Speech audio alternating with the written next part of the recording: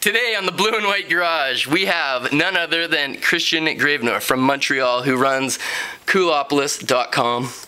He has probably one of the world's best Facebook profile pictures. He's a former host of a cable access TV show. He was a slumlord, and he wrote a book called Montreal, the Unknown City, which I'm happy enough to have a copy of. Thank you for writing this terrific book. Well, thanks for having me here today, Kyle. It's an honor to be in your presence, to be one of the first guests on your show. Thanks. You are the actual first guest on the show. Bit of a dangerous part of town, though, eh? Should I brought my pepper spray, or? Yeah, well, we're in the garage district, so. But I believe you wanted to come and talk about something today. You had something special you'd like to talk about. Well, there's so many things I'd like to discuss, but there's this one kind of concept I've been pushing because I kind of invented it. It's called urban overexposure. Now, this is something that we all have experienced, but as far as I know, no one's ever kind of described or analyzed or tried to figure out. Now, when you leave your house, you often will you see the same darn people standing around everywhere. You know, they're just sort of, it was like, you know, the concept of architecture is supposed to be beautiful, right? Well, this is sort of like, what's the difference between somebody who's standing on the corner and the building behind them? There's sort of like things in your environment. The building may as well be beautiful, but no one's ever going to, you know, condemn someone for being ugly, standing in front of it and ruining your peace of mind. It's a sort of a oppression if you're living in a city, and nobody's ever really tried to, you know, pick that apart. You can issue building permits, but you can't issue people permits. I think that the problem is that when you see somebody, your brain does this thing that within 1 second they categorize and analyze and they hierarchize. Like, for example, if you're looking at a team of cheerleaders, I know I feel very ashamed of doing this, but I admit I do this. Bam, right away I think this is the hottest, that's the second hottest, that's the hottest, third hottest, and it's like I'm a prisoner of this process of my brain. I think a lot of us are. You're sitting on a bus, somebody comes along and it's like, oh, ugly, not ugly, you know, a bummy or whatever, and that will forever be imprinted in your brain. You can never really go back and recreate that sort of impression of that person. That will forever be there. And so whenever you see that person, it's not so much that you hate that person, but it's that you feel oppressed by the process which has designated that person such a thing. So I don't know what the answer is to escape that other than moving out of that part of town, but it's been driving me crazy over the years. How about wearing sunglasses? Would that help? I was told that the solution is to dress well. I mean, in terms of, like, if you never want to be one of those people to somebody else's, you know, environment, if you never want to be that person who's kind of bugging someone else by just standing in the corner aimlessly looking down the road all day long and being basically irritating to the landscape and vistas of other people walking along. I find that, yeah, I certainly get, you know, you categorize people, and I find that you go out into public and you see the same people, but other people see different people. But there is a time when these worlds collide. Do you find that when you, the people that you see on the streets and then people that someone else's urban overexposed, those people worlds collide? Do you find you get an interesting conversation out of that? It's a very interesting question you just raised, because I put something on my Facebook a few weeks ago. I said, if you're a white person who grows the Rastafarian braids, the dreadlocks, it's a bit pathetic. And my comment was, there's a guy on my block who's got those, and whenever he walks by my house, I tell my kids, that's what happens when you drop out of school. So in other words, that was my little quip. And so I wrote this, and somebody who I know on the Facebook, I don't really know in real life, but he wrote, oh, I know exactly who you're talking about. He's a friend of mine. He's actually a really nice guy, and I don't really know if that's a really cool thing to write about him. So it's like that little bit of my viewpoint on this guy and somebody else's viewpoint on this guy totally collided, and it's very difficult nonetheless. Now, even knowing that he's sort of like some sort of sweetheart guy who's got many talents, it's hard for me to sort of break down the walls that I've built around my alienation towards this guy. So that's just one example, but I think it applies to a lot of other cases too. You assumed he was a Trustafarian at that stage?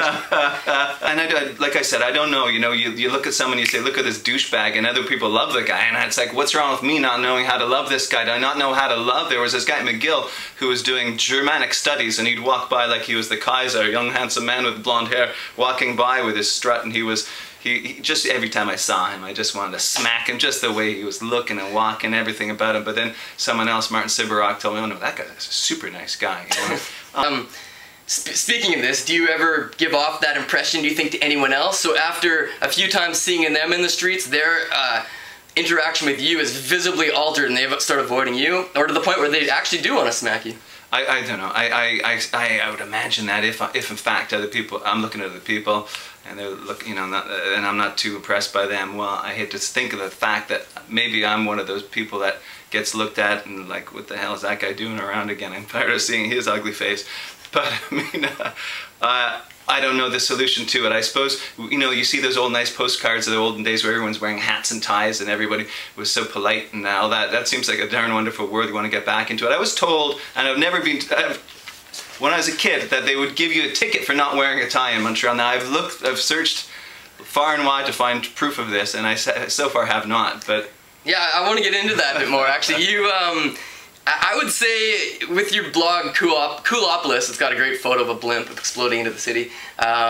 You've dug up some really interesting facts, a lot of it off old news articles, and they've recently, Google News has put a bunch of the old newspapers online, and just maybe tell us about some of the stuff you found, or what it's like digging back through all this old stuff and reconstructing myths or debunking them. I'm always on the lookout for a great story because, man, there's nothing better than a great story. There's what Google has done. It's taken a whole lot of old newspapers. It's not absolutely foolproof. You can search them by search terms, and it usually doesn't work, but sometimes it does. So you can find amazing stories if you really figure out how to dig around there. It's like so cool. There was this one. My favorite story right now is this guy in 1965, 5'2", 140 pounds, 3 kids, fairly well off. He was managing a paving company. He was managing their money. One day the boss comes down and he's not there. The guy's not there.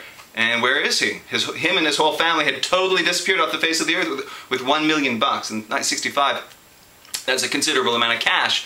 And to this very day, nobody knows whatever happened to any of them. And it's like the speculation is that he bought a yacht and was on the high seas with his whole family for years and years. And now I'm just trying to reconstruct, what could he possibly have done? He went over to Europe with a big sack of money, and could he get into the port without being arrested, or how did he establish himself in Madagascar? What exactly? This guy would be about in his 70s now if he's still alive. So that kind of mystery is like, it sets my world and my imagination on fire. Yeah, it's interesting, and you can kind of go back. I guess if people have changed their identity, it's probably hard to find people. I would say it's harder to escape that now because there's so much identity out there with different websites and things like this. But $1 million in 1965 is a considerable sum of money. Sometimes though, when the companies don't want the money back because after a couple of years it's insured, and then they have to deal with all the implications. Like, for example, there's a story about a kid who found a bunch of diamonds literally in a baseball diamond. It was buried there, and he found them. Had he sort of not told the authorities, he would have been allowed to keep them or something, and nobody would have been... The authorities didn't really want to know, but the guy who lost the diamonds had already been compensated for the diamonds, so the whole thing had been settled. So he foolishly gave the diamonds back, and I think perhaps he regrets it to this day. That was just yet another one of those weird little stories. My it was like, I believe my great-great-great-grandfather was a columnist in Toronto. I think it was whatever the Globe and Mail used to be called. And I think it was the World Mail or something like that. But he was called the flaneur, and he would just write stories around the cities. And I guess he was part of that whole urban landscape who would just sort of wander around, and people would write in and do all these. And we found that. My mom actually dug that up through the Google News. And she went up to the old house where he used to live in and reconstructed all of these things through Google Maps, the old news wires and stuff. And it was about 150 years ago, so it was really interesting going back through all that stuff and meeting the people who actually lived in the house now. She said she had a great, if not somewhat awkward, conversation with the current residents. And so much of life hasn't really changed. That's one of the things you definitely remark a lot. And one thing I do like about it is, like, once in a while you really connect. For example, I wrote a story about, I found out this old stories about a guy who had a religious cult, a Buddhist, who had like 17 wives and stuff. This was in the 70s in Montreal, it wasn't that long ago. So this guy's still around, and when I wrote a little thing up about it, suddenly I was getting comments for people from who, the ex-wives, the children, people who knew him, and everybody was suddenly linking up that hadn't spoken to each other in decades, and bang, it was like suddenly this whole thing was like being healed or whatever it was. And maybe it was the opposite. Maybe it was bringing back a lot of bad feelings. I don't know. But I mean, that sort of urban mystery, like whatever happened to these guys, getting solved is like it's like you feel like you're Inspector Clouseau. It's fun. Yeah, it's cool digging up the real story behind what's happening. Speaking of people we don't know about, my brother sent me this picture right here of these 5 guys in 2002. Now, he sent this to me in a drunken state, and I said, my immediate reaction was, who are these guys?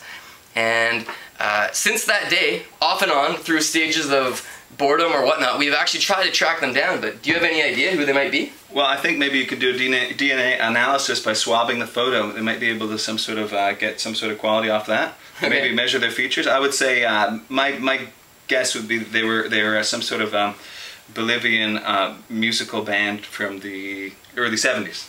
Okay, Bolivian musical band from the early 70s. Well, that's a hot lead. So there's plugging my own nonsense, but this is definitely an international manhunt. But I love this stuff. I love finding about. It's just a silly picture of guys, but it might be actually kind of neat to go meet them. What's the lead so far? Where are we at in terms of the progress? There's one guy in Melbourne, Australia, who thinks they're his next door neighbor. This guy right there, and a lot of people think this guy on the top right looks English. So a lot of people in England and Australia are saying... He's got the Engelbert look thing. Yeah. This guy, there's so many hot leads. People think they might own... There's a burger chain in New York called the Five Guys Burgers and Fries. Oh my God, yes. They might think they're the actual Five Guys behind the chain. I don't think so, but you never know. You got to follow up on these things because...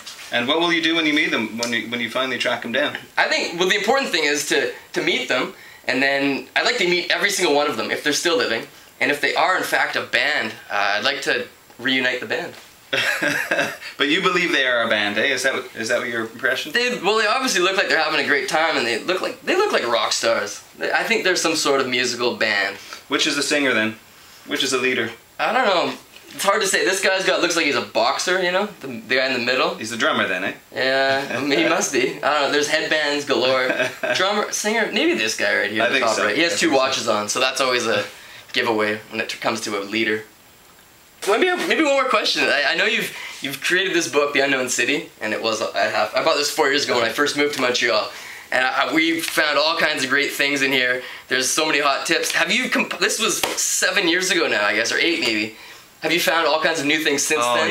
Yeah. I've found so much more. The whole idea behind my website, the blog Coolopolis, which is basically to try to get new material for the book. But then I just got too lazy to actually contact the publishers or doing another one or what the deal is.